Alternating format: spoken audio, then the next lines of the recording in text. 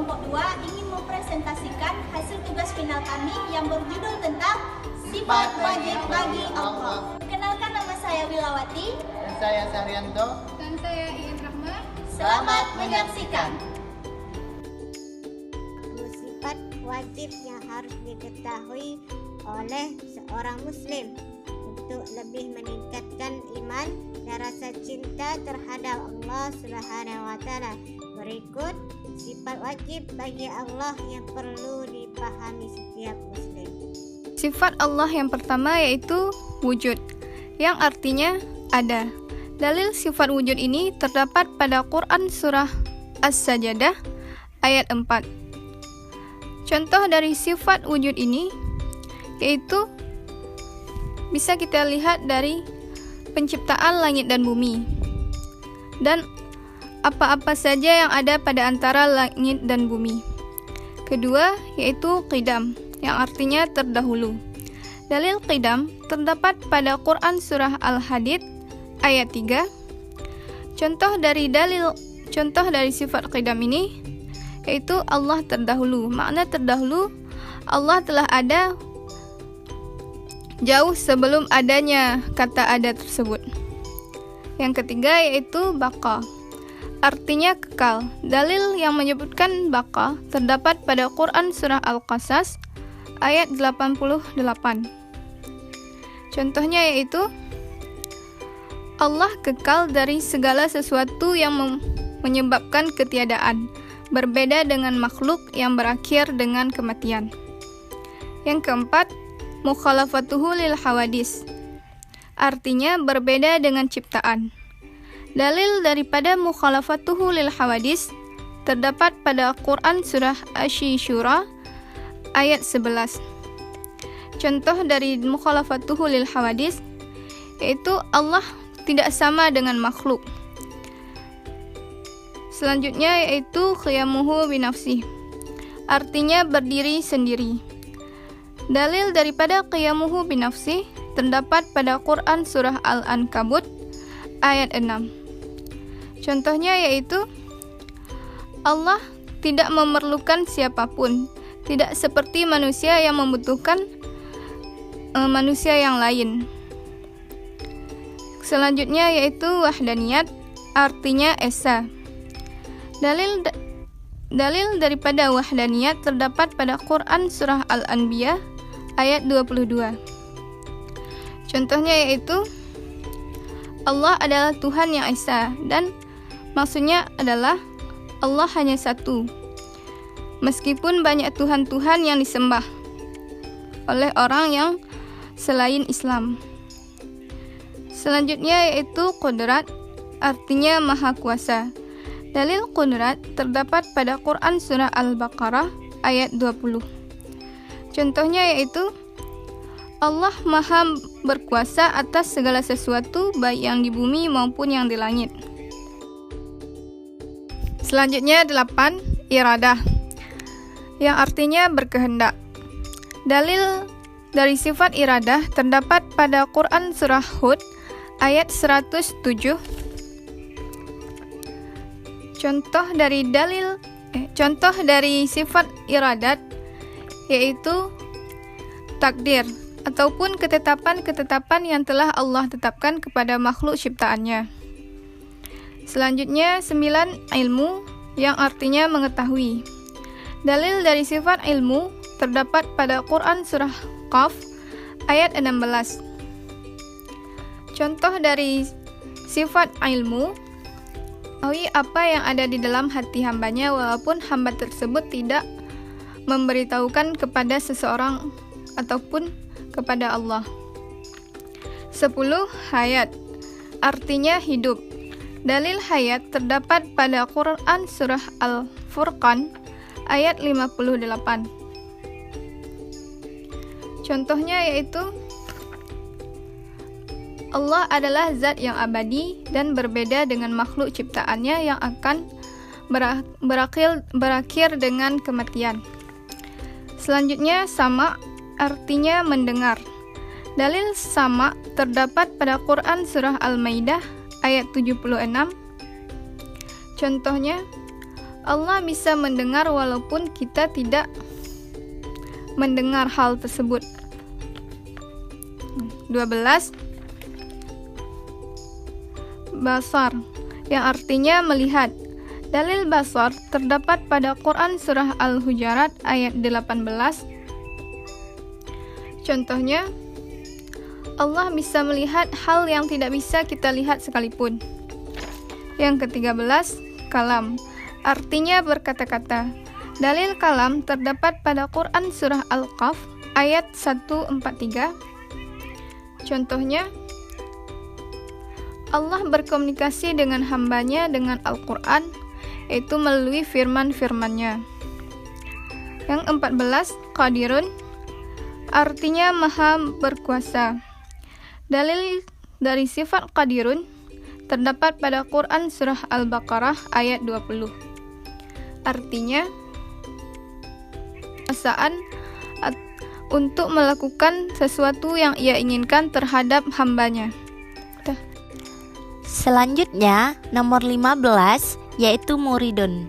Muridun artinya adalah maha mengkehendaki. Dalil yang mengatakan muridun ada di dalam Quran Surah Hud ayat ke-107. Contoh dari dalil ini dapat kita ambil pelajarannya bahwa Allah maha berkehendak atas setiap nasib, takdir, jodoh, mati, maut, dan lain-lainnya. Ketika Allah sudah mengkehendaki, maka semua akan terjadi. Selanjutnya alimun. Alimun artinya maha mengetahui, yaitu Allah maha mengetahui segala sesuatu di dalam semesta ini. Dalil yang mengatakan alimun terdapat pada surah An-Nisa ayat 176. Contohnya, segala sesuatu di dalam semesta ini, baik yang sudah terjadi ataupun belum, sesungguhnya Allah maha mengetahui. Jadi ketika tahu bahwa Allah mengetahui setiap yang kita kerjakan, oleh karena itu kita kerjakan yang baik dan disukai oleh Allah. Kemudian hayyun artinya maha hidup. Allah tidak pernah tidur, tidak lengah, tidak lelah, apalagi mati. Dalil yang mengatakan hayyun ada dalam surah Al-Furqan ayat 58. Contoh yang dapat kita ambil dalam kehidupan sehari-hari kita yaitu ketika kita merasa hebat dalam segalanya, ingatlah Allah lebih hebat. Tidak ada tandingannya dengan siapapun. Karena Allah yang telah menciptakan kita, karena manusia itu lengah dan mati, sedangkan Allah tidak. Jadi kita bisa terapkan dalam kehidupan kita sifat wajib yang dimiliki oleh Allah. Selanjutnya sami'un, artinya maha mendengar. Allah maha mendengar segala sesuatu yang ada dalam semesta ini. Dalil yang mengatakan sami'un terdapat dalam surah Al-Baqarah ayat 256. Contohnya, ketika kita berdoa kepada Allah tentang semua masalah yang kita hadapi di dunia ini, sesungguhnya Allah maha mendengar semua. Bahkan bukan doa saja, tetapi semuanya. Oleh karena itu, berharaplah hanya kepada Allah, karena Allah lah yang maha kekal dan abadi. Selanjutnya basirun, artinya mengawasi. Sesungguhnya Allah maha mengawasi semua yang ada di alam semesta ini. Dalil yang mengatakan basirun terdapat dalam Quran Surah Al-Isra ayat 17. Contohnya, setiap gerak-gerik dan tingkah laku kita tidak lepas dari semua pengawasan Allah. Yang terakhir adalah mutakalimun, yang artinya adalah maha berfirman. Dalil yang mengatakan mutakalimun terdapat dalam surah An-Nisa ayat 164. Contohnya terdapat pada firman Allah yang diturunkan melalui para nabi dan rasul yang menjadi makhluk pilihannya yang dapat dipercaya untuk menyampaikan firman-Nya. Selanjutnya yaitu pembagian daripada sifat wajib bagi Allah.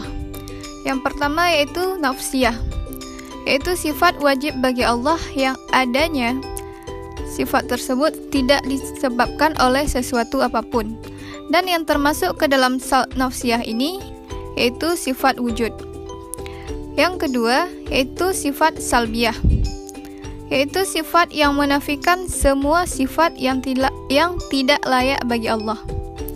Dan yang termasuk ke dalam sifat salbiyah ini, yang pertama yaitu qidam, baqa, mukhalafatuhu lil hawadis, qiyamuhu binafsih, dan wahdaniyat. Yang ketiga yaitu sifat ma'ani, yaitu sifat yang ada pada zat yang maujud ataupun ada.